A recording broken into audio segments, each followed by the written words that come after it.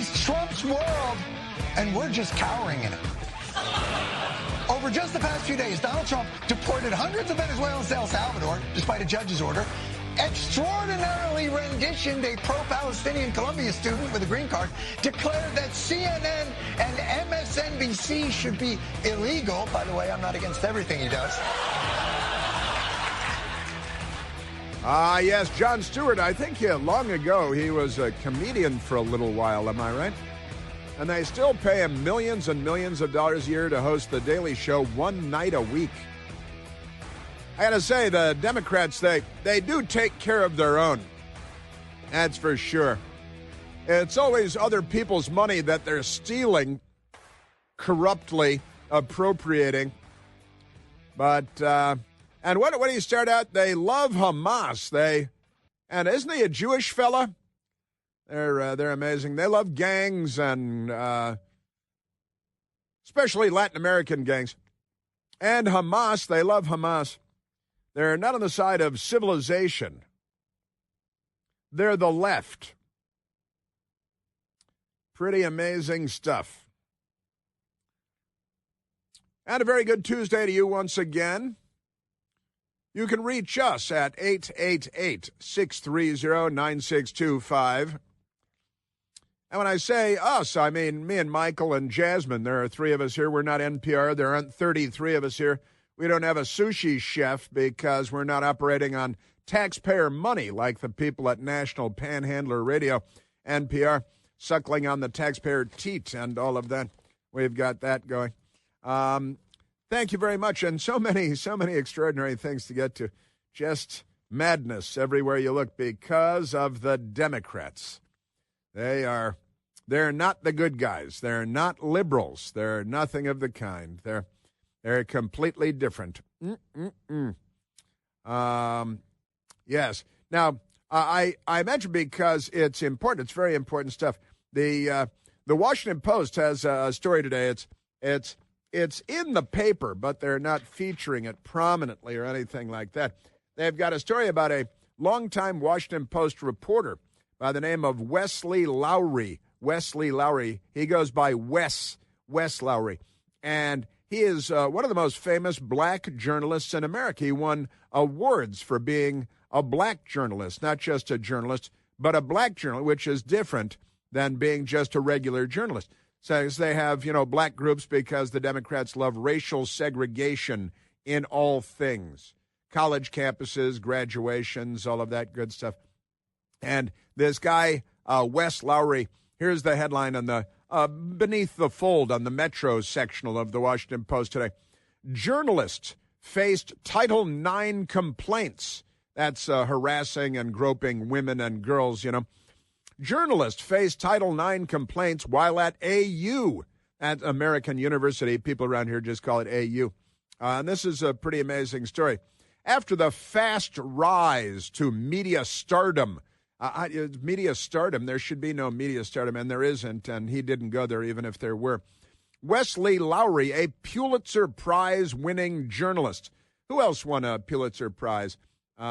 We have rappers that win Pulitzer Prizes now. Kendrick Lamar won a Pulitzer Prize for a song and an album that we tried to play it here on the radio, but we had to bleep almost every word because it was so offensive. But the Pulitzer Prize is not what it used to be. It's kind of like the Nobel Peace Prize after they gave it to Barack Obama for melanin levels.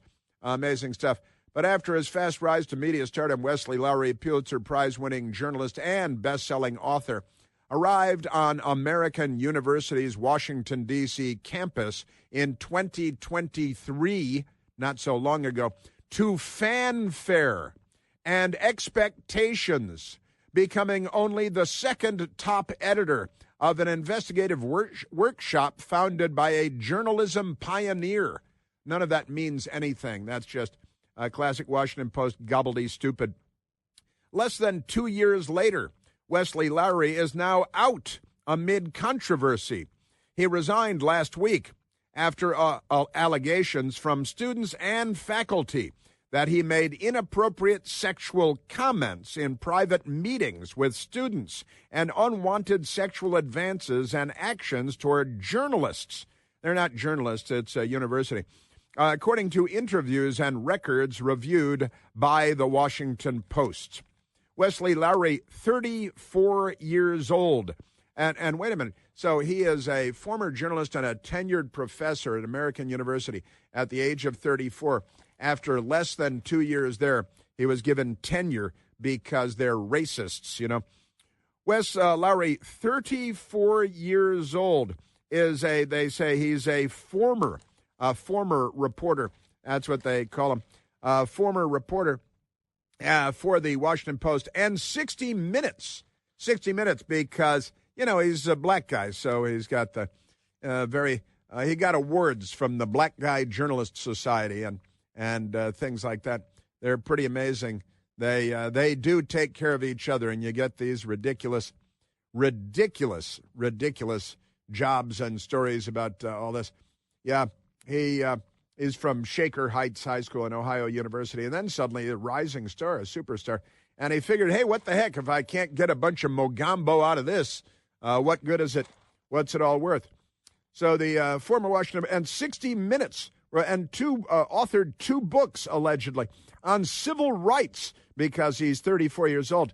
What wouldn't he know about civil rights and his meteoric rise?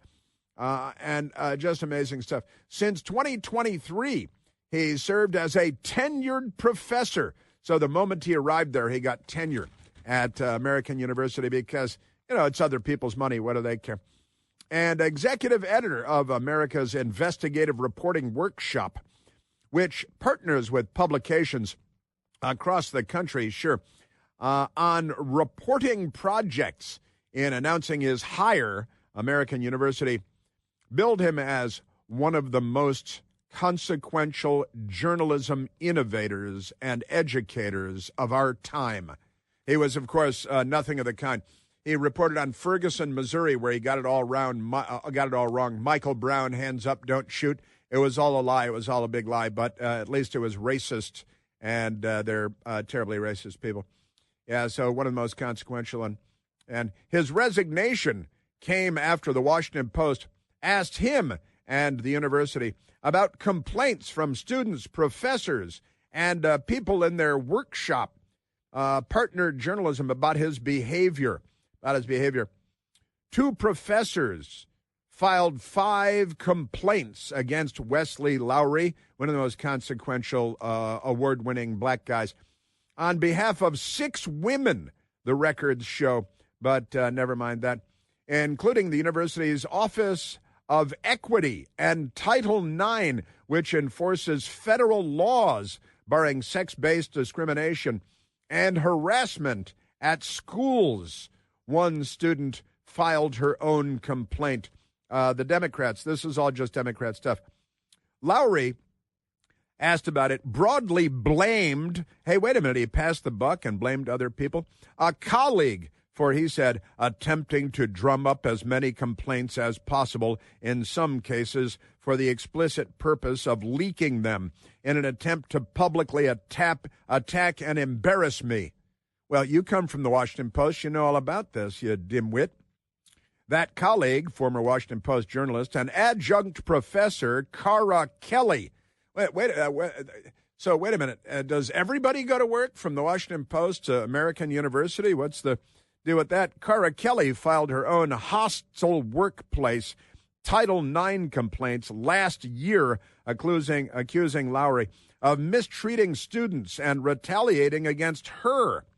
But don't you know who he is? He's a very important, consequential journalist, and he's black, and he wins black awards and things. So you can't go around saying bad things about him, you racists. So Kelly said she was told they did not meet the Title IX office's standards. It's tough out there, isn't it? Now, yes, Cara Kelly left the workshop at the university last summer, saying her resignation letter that she was increasingly alarmed by Wesley Lowery's behavior. In interviews with the Washington Post, she stood by her actions, saying that she was trying to protect students and journalists. She's just trying to protect students and journalists, but that's okay. Lowery resigned from the Washington Post in 2020, but has continued to occasionally write for the Washington Post, including an opinion piece in December. And I love this. Listen to this. A spokeswoman for the Washington Post declined to comment, citing its policy against discussing personnel matters.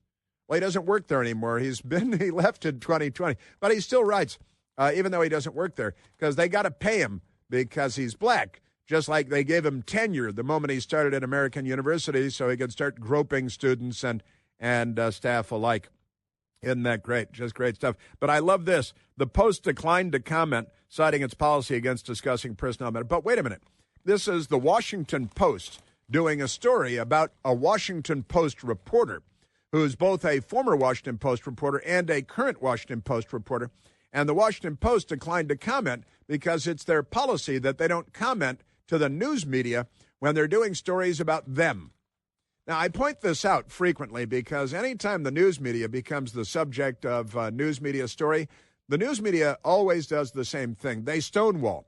They don't respond. They won't even return your calls.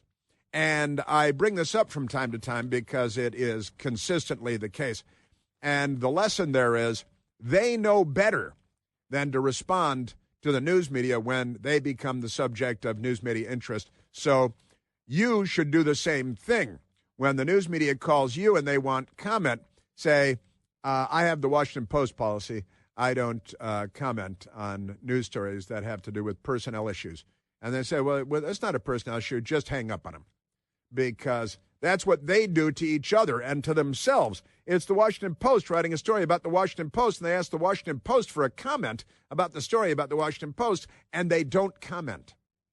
What more do you need to know? That's everything you need to know right there. Our news media. They are not on our side. Remarkable stuff. All right, I did want to share that story with you. It is pretty amazing, yeah. Star journalist Wesley Lowery faced Title IX complaints before leaving American University. And is there any punishment of any kind? No. Don't worry about that. Wah, wah, wah. Amazing stuff. All right, let's take a phone call. I've got a lot of audio I want to share with you and a lot of stories, including the Biden family, members of the Biden family.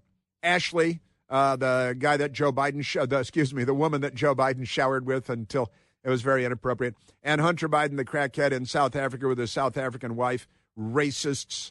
And they both lost their Secret Service protection. That has the Democrats very upset. Let's go to the telephones. Let's go to Rocco calling from Georgia. Rocco, you're on the Chris Plant Show. Good morning, Chris. Hey, buddy. Hey, I've been following the story with this two stranded astronauts for quite a while now. Yeah. And now that they'll be home about 6 o'clock today. Yeah. Wouldn't it be more accurate when reporting about this story that at the end of every storyline you say, no thanks to Joe Biden? Well, I tell you what, Joe Biden left them stranded up there for 9 months. Elon Musk and President Trump getting them down safely. And we did play a soundbite yesterday of one of the astronauts thanking one of the two that was stranded up there, one man, one woman, Americans. And Joe Biden and the Democrats left them stranded. Screw them. They were supposed to be up there for 10 days. They've been up there for 9 months. And one of the astronauts, I think it was Wesley, thanked Elon Musk and Donald Trump specifically. Yes. Yeah, you saw that, right? It's really sick and twisted to do that to someone and their family. You got all their family here on Earth. They weren't prepared for that. They say the astronauts prepare for, the unexpected, but the family doesn't. Joe Biden put that through them all this for 9 months. And the Democrats demonize Elon Musk and Donald Trump. This is the astronaut Wesley. All of us have the utmost respect for Mr. Musk and obviously respect and admiration for our President of the United States, Donald Trump. We appreciate them. We appreciate all that they do for us, for human spaceflight, for our nation. And we're thankful that they are in the positions they're in.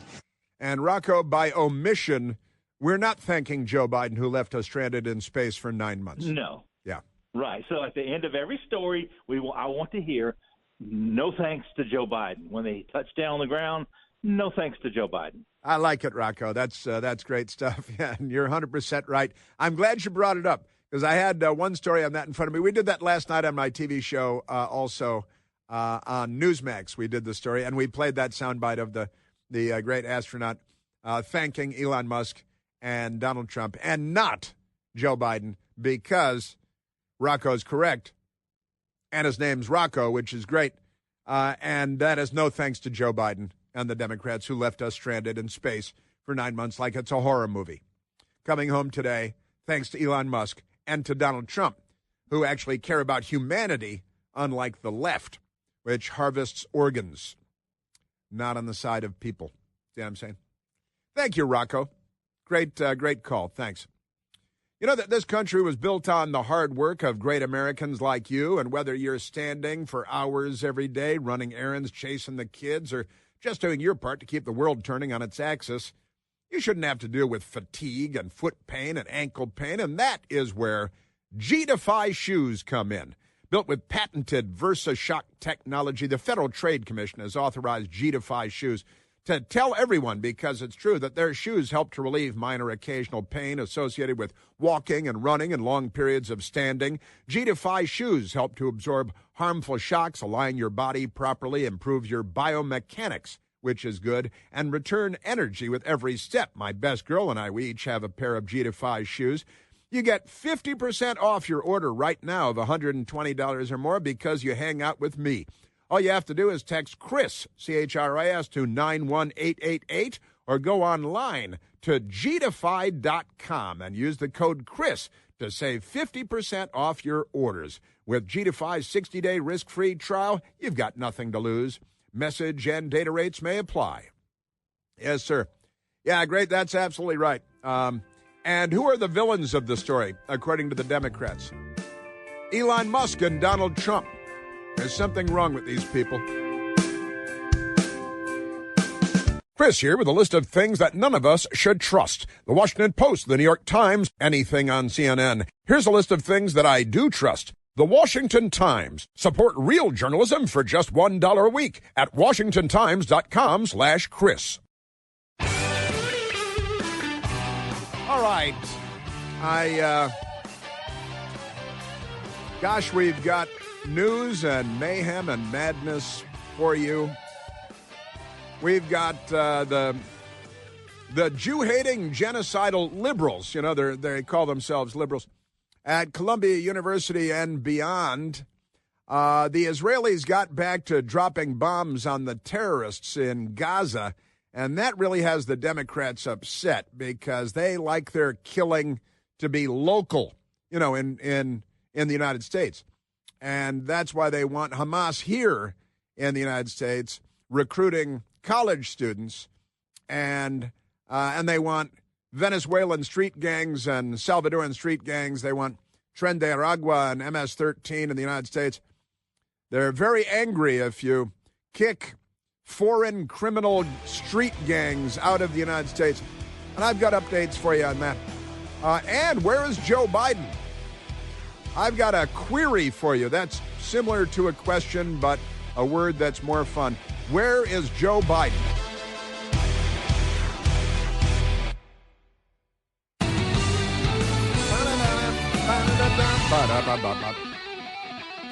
Hey now, we are back.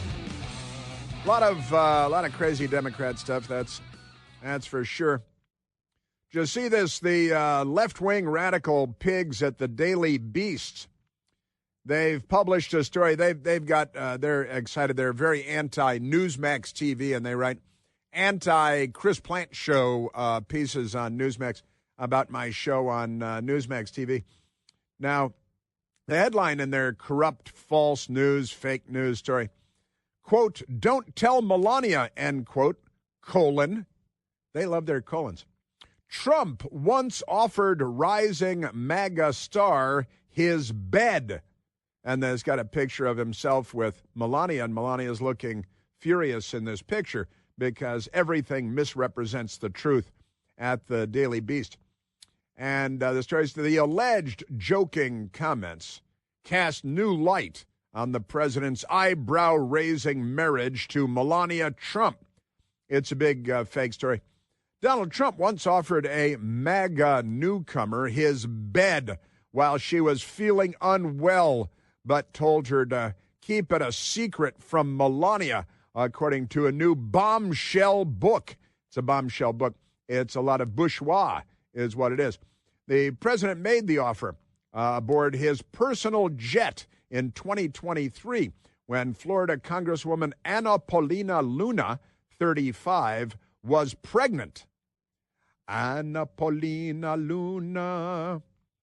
If you need a bed to lay down in, there's one here on the plane. If you feel sick and you need to lay there, you can lay on it. Trump reportedly told now Congresswoman Anna Paulina Luna, just don't tell Melania she doesn't like other women on my bed, he joked. They've updated the story and changed the story because they lie about everything. Now, here's the thing. Anna Paulina Luna got on Twitter, on X, and said, I seldom respond to nasty headlines because I don't like giving trash credibility. However, being that there is allegedly a book coming out with me named and attacking POTUS and his marriage, our First Lady, and frankly implying, and this is, of course, what they do all the time, frankly implying something distasteful about me, I'm responding. She's now responding, you see. And she writes, the Post is misleading. Trump offered a pregnant congresswoman a bed to lie on if she needed it. There was nothing salacious or inappropriate about this offer. And Anna Paulina Luna, she wanted to be on the record straightening things out here because the schizoids is a technical term, at Daily Beast, these left-wing radicals, with their idiot fake author that put out fake books that, then they go on MSNBC and CNN and they sell their books. And they and they pretend they're cheating with the interns, they're cheating on their wives with the interns, which is a very common thing at CNN. I can attest to that. So pretty amazing stuff. They say President Trump was flying with a pregnant woman, and she was looking a little peaked, little green around the gills, and he said, hey, if you're beat and you need some place to rest, it's over there. And then a book comes out, turning it into something salacious, which it is not, because the sleazy, skeezy left, it's what they do. Representative Anna Paulina Luna rips Daily Beast. Nasty headline. Sure, taking reported exchange with Trump out of context. That's what they do. They're journalists, award-winning journalists. And Anna Paulina Luna having none of it. And good for her, because these people lie constantly, and it's important to point out the lies. Lies, all lies, nothing but lies. All right, let's take a phone call, Michael. Let's go to Greg, calling from Rockville, Maryland. Gregory, you're on the Chris Plant Show. Hey, Chris, thanks for taking my call. You betcha. Real quick, I just wanted to say that there was a story that broke. I'm sure you probably saw it, Free Beacon and a couple other and New York Post. But anyway, two janitors who were at Columbia University are now suing the school under EEOC regulations and guidelines, being represented by former Attorney General Bill Barr's law firm. They were forced to clean up repeatedly racist swastikas and insignia insignia by the pro-Palestine students and protesters and malcontents who kept on coming into the university. And these poor janitors, as if that wasn't enough, and these guys are, I think one's a black American and one is a Latinx American. These poor guys had to do it repeatedly, even though they said the university knew exactly who was coming into the place to do this graffiti and this awful art. And then on top of that, they were there when these crazies took over the building, and they were basically detained. They told them that they were janitors, and they were just trying to get out, and they were essentially accosted, assaulted, and detained by these savages. And so now they're suing, and I hope they get a lot of money. But it does beg the question, where's Bernie Sanders? These are working-class guys, probably make about $60,000 a year, something ridiculous in New York, get half of it taxed, working as janitors, picking up after these malcontents. And meanwhile, they get accosted by these pro-Palestine savages and these crazies, and now they have to go to court to get their just compensation. and I hope they get millions from that university. But anyway, love the show. Take care. I'm with you 100%, Greg. I did bring the story in today. The New York Post has a good version of the story, too. Columbia janitors claim they were illegally forced to scrub swastikas when they were attacked, trapped by anti-Israel mob as civil rights probe is launched. And the New York Post writes, Columbia University is facing a new federal investigation over allegations from two janitors who claimed they were unlawfully forced to scrub off swastikas spray painted on campus before later being attacked and briefly trapped. They were held hostage by these anti-Semite candy-ass suburban punks and by an anti-Israel mob during the takeover of Hamilton Hall last year, Alexander Hamilton Hall. The Equal Employment Opportunity Commission, EEOC, a federal agency tasked with enforcing civil rights laws in the workplace, has opened a probe. They love opening probes, don't they? Into complaints from Lester Wilson and Mario Torres, who were forced to fight their way out of Hamilton Hall nearly a year ago. The New York Post has confirmed. Mario Torres, and there are pictures and even video of these guys being roughed up by the mob of Columbia University Ivy League students who are being raised and trained to be more like Nazis than anyone that they accuse of being Nazis. Both men are making claims under Title VII of the Civil Rights Act, alleging that they faced retaliatory harassment by the multi-billion-dollar endowed university at the Institution for Reporting Anti-Semitic and Racist Conduct. We welcome the EEOC's decision to open an investigation into Mario and Lester's charges of discrimination. Former U.S. Attorney General Bill Barr, whose firm is representing the two men, told the New York Post. Columbia has a legal and moral obligation to protect the civil rights of its students and employees. Yeah, they're just janitors. They don't care. Just sleep in the dog bed down by the water heater and don't bother anybody. This is what elites who call themselves liberals do when it comes to treating working class men. It must be held accountable when it fails to do so, William Barr, who attended Columbia University and lived through the riots in the late 1960s there.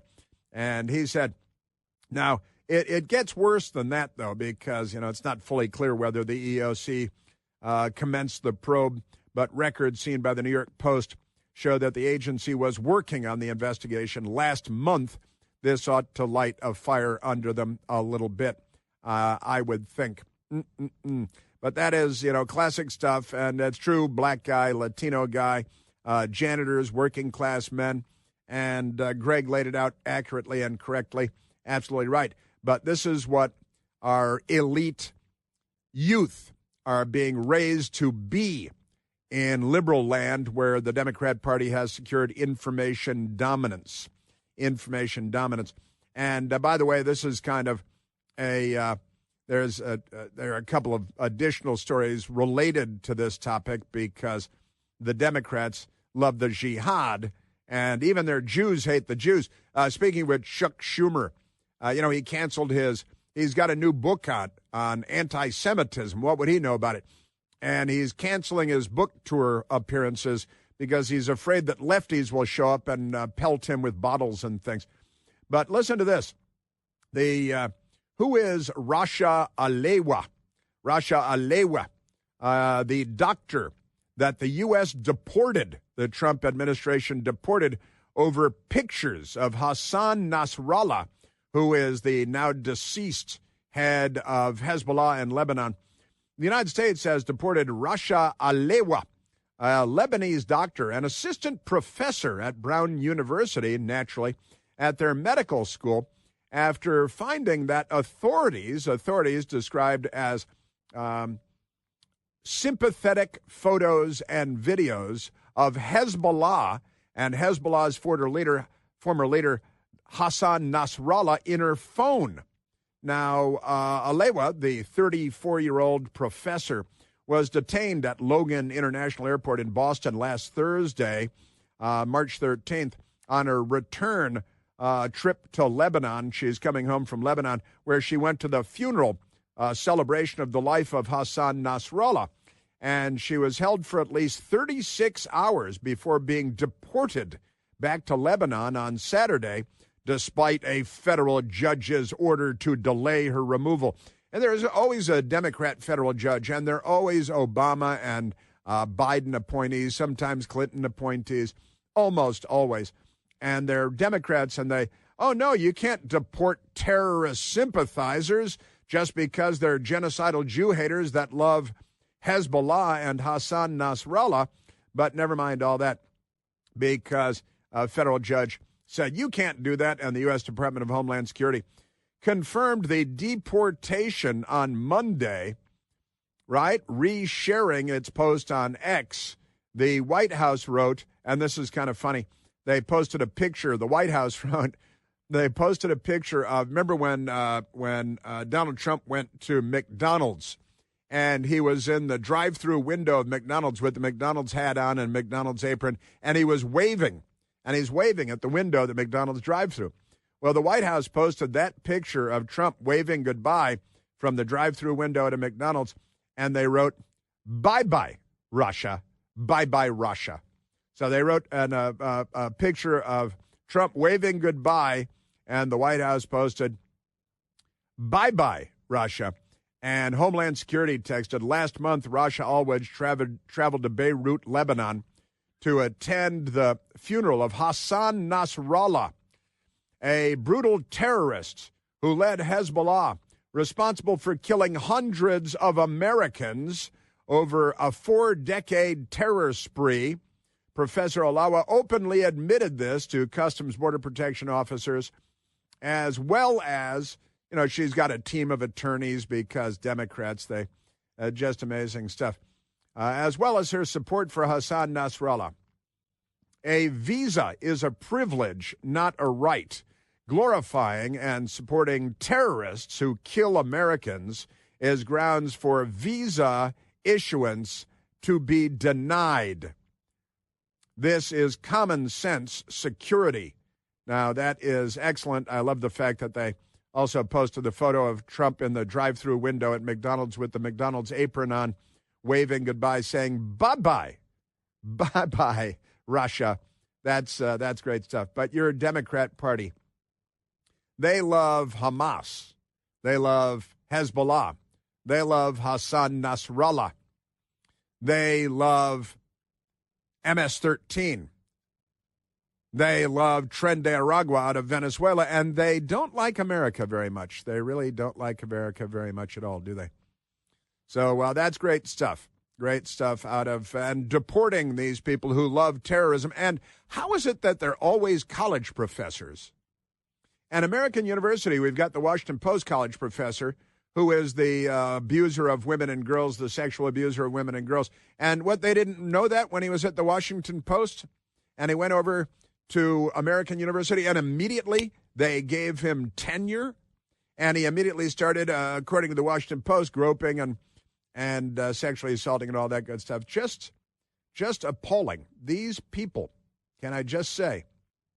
Also a funny story. Newsweek has this one accidentally. They don't report it funny. They think it's terrible. Republicans push to make, quote, Trump derangement syndrome, end quote, a mental illness. I think that's an excellent idea. Wonderful stuff. 5 Republican Minnesota state senators are set to introduce a bill tomorrow, that would be today, that would classify Trump derangement syndrome as a mental illness. I think that's great. That's great, which they define as acute onset paranoia regarding the presidencies of Donald Trump, right? Plural presidencies of Donald Trump, as a mental illness, according to state documents. I think that's wonderful. Newsweek has reached out to state Senate minority and majority leaders for comment via contact form. Oh, that's very good. But the bill seeks to classify TDS as a mental illness, and it raises concerns about the politicians and politicizing mental health diagnoses. They can't stand being mocked and ridiculed. and they fall back on their mental illnesses, which are myriad and legend. We have to do something about the mentally ill.